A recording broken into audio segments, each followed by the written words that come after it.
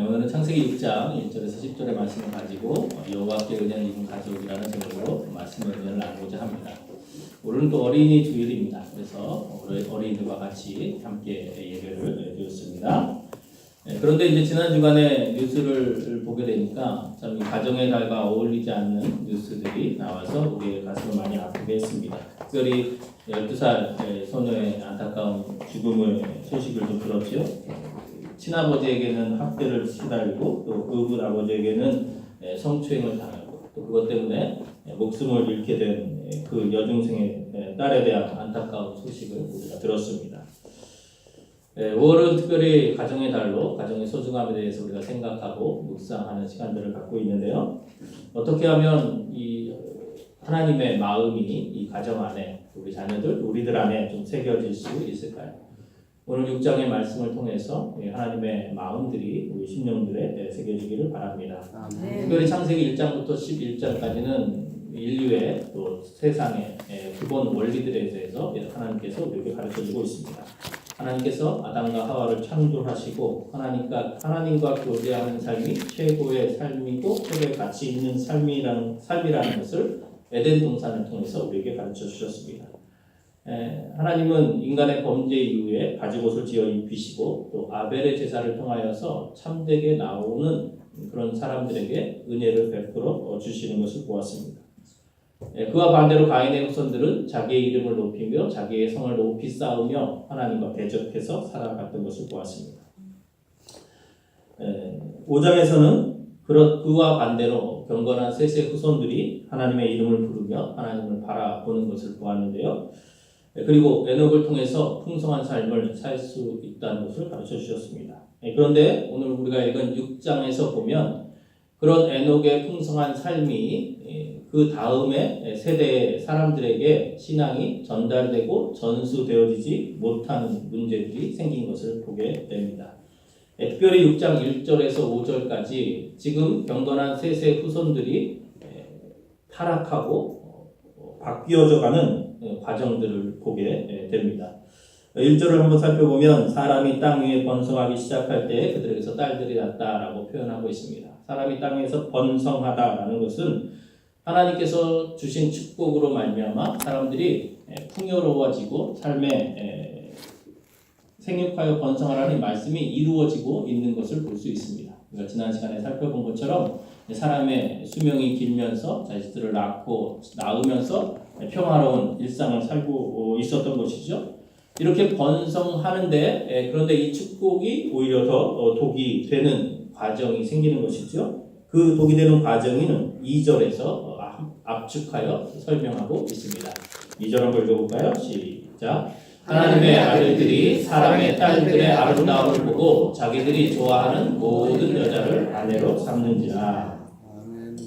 하나님의 아들들이 사람의 딸들의 아름다움을 보고 자기들이 좋아하는 모든 여자를 아내로 삼는지라. 이 말은 단순하게 연애 결혼하지 말아라 이런 의미를 말하는 것이 아니라 당시의 시대의 사람들의 마음을 이렇게 표현하고 있습니다.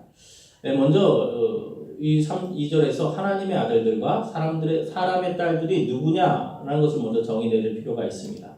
여러 가지 견해가 있습니다. 하나님의 아들들은 천사들이다.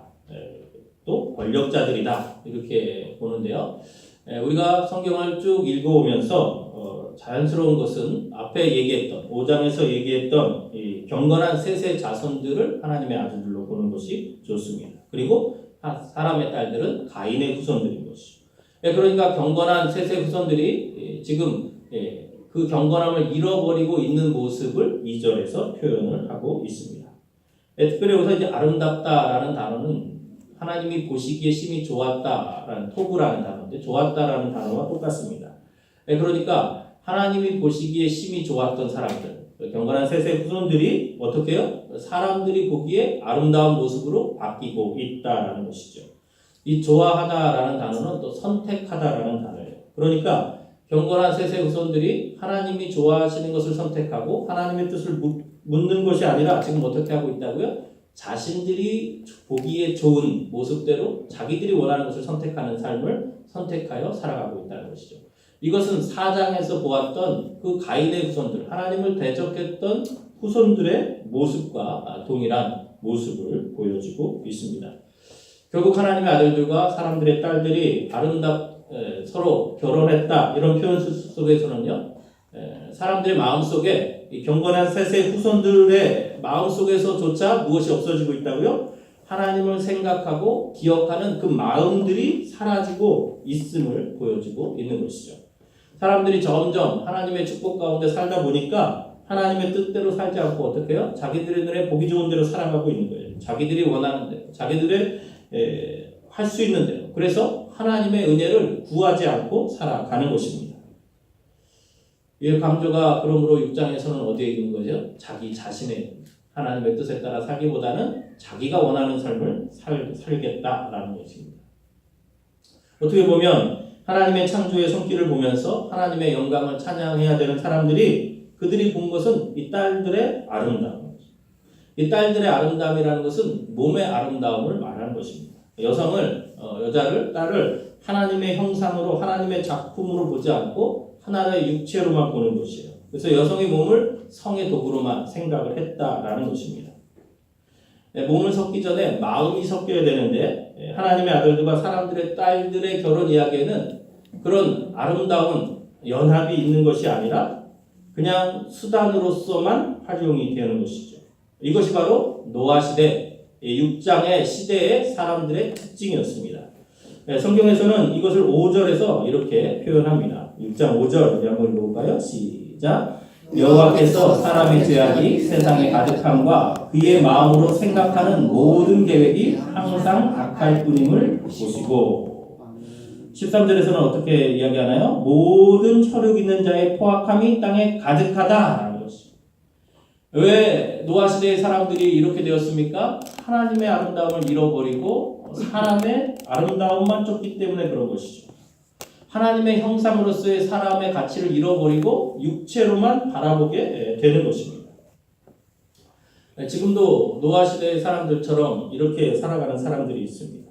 가정폭력, 성폭력, 데이트폭력 이런 사람들은요. 사람을 어떻게 보는 거예요? 형상으로 보는 것이 아니라 육체로 보는 것이에요.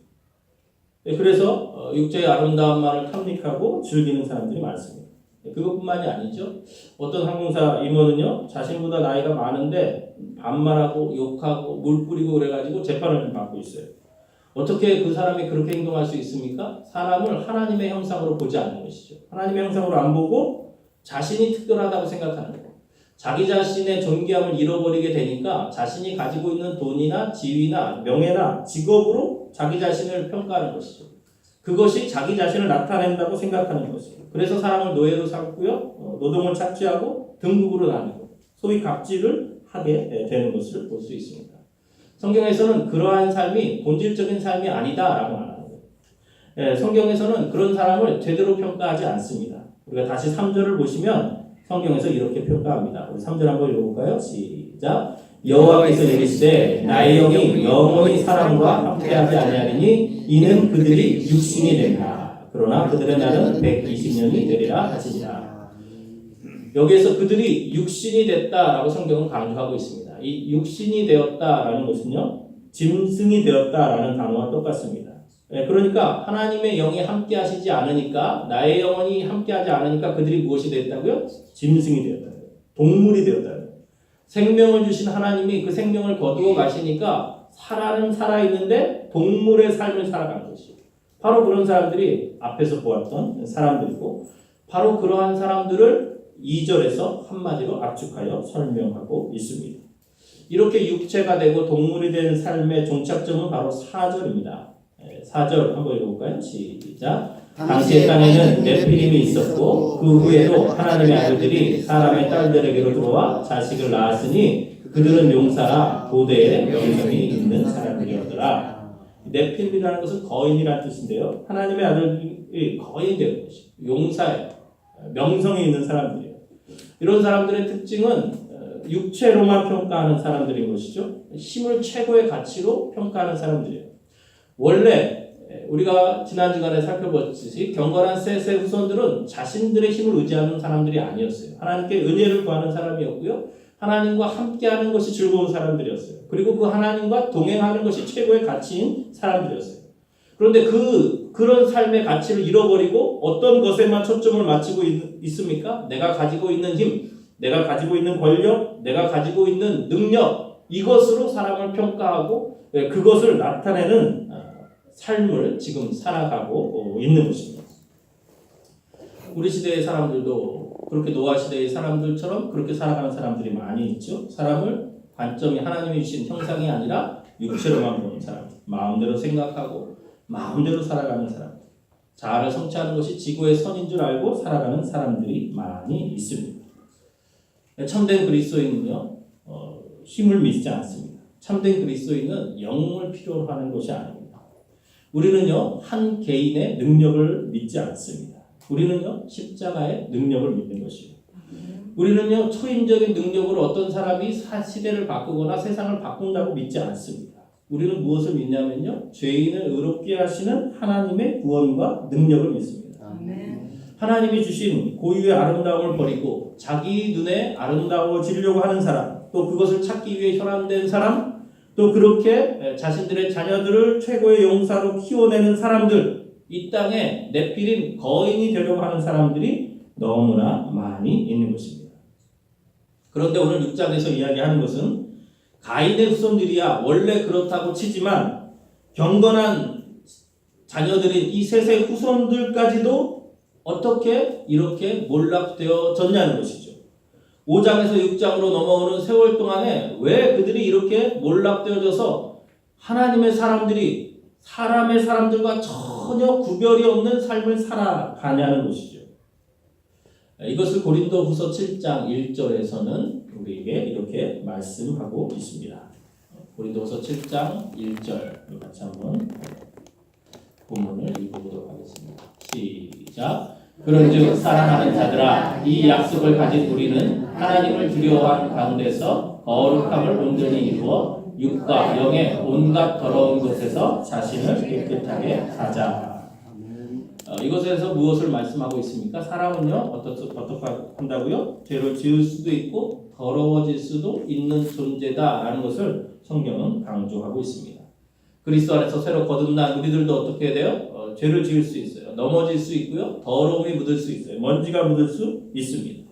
그럴 때 우리가 어떻게 해야 된다고요? 육과 영의 온갖 더러운 것에서 스스로 깨끗하게 해야 됩니다. 깨끗하게 하는 노력들이 우리에게 필요한 것이죠. 어떻게 하면 그러면 자신을 깨끗하게 할 수 있을까요? 창세기 6장의 사람들이 어떻게 자신을 깨끗하게 하여서 다시 새롭게 할 수 있을까요? 그것을 오늘 성경에서는 이렇게 표현을 합니다.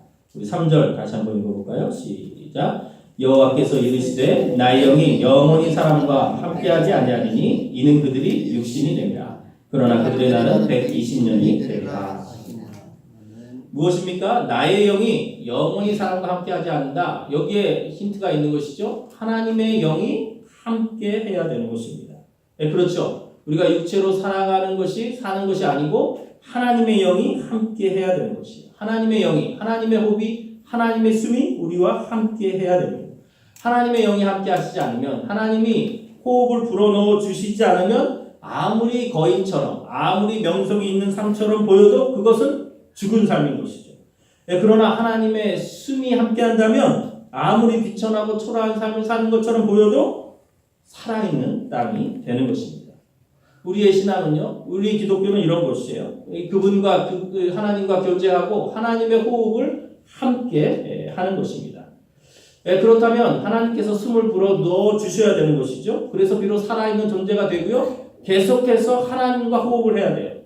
하나님과 호흡한다는 것이 바로 무엇이냐? 오늘 8절에서 이야기하는 바로 노아의 삶입니다. 우리 8절 한번 읽어보도록 하겠습니다. 시작. 그러나 노아는 여호와께 은혜를 입었더라. 아멘. 하나님과 호흡하는 사람은 어떤 삶이에요? 그러나 노아는 하나님께 은혜를 입었어요. 하나님께서 먼저 호흡을 불어 넣어주셔야 돼요. 생기를 불어 넣어주셔야 돼요. 하나님이 호흡을 불어넣어주는 삶이 무엇이냐? 9절에서 나와 있는데요. 우리 9절도 읽어보겠습니다. 시작. 이것이 노아의 조건이라. 노아는 의인이요 당대의 완전한 자라. 그는 하나님과 동행하였으며. 아멘. 어떻다고요? 하나님께서 함께해 주시는 것이에요. 하나님이 동행해 주시는 것이에요. 하나님의 약속, 또 하나님을 바라보고 하나님의 은혜를 구하는 삶이에요. 바로 이러한 삶이 노아의 삶이었고요. 바로 이러한 삶이 하나님과 교제하는 삶이고요. 바로 그러한 삶을 하나님이 귀히 보시고 하나님과 호흡하는 삶이라고 성경은 말씀하고 있습니다. 단순하게 노아가 셋의 후손이라서 하나님과 동행한 것이 아니에요. 하나님의 약속의 말씀을 신뢰하고 그 말씀을 붙잡고 그 하나님을 바라보는 삶이었습니다. 어떻게 보면 노아도 당대의 사람들처럼 하나님을 의심했을 수 있습니다. 아니, 순간순간 그렇게 하나님은 떠나 있을 수 있어요. 그러나 그때마다 어떻게 해요? 하나님의 은혜를 구하고 하나님을 바라보았던 것입니다. 히브리서 11장 7절에서 노아에 대해서 성경은 이렇게 말을 합니다. 한번 읽어볼까요? 시작. 믿음으로 노아는 아직 보이지 않는 일에 경고하심을 받아 경외함으로 방주를 준비하여 그 집을 구원하였으니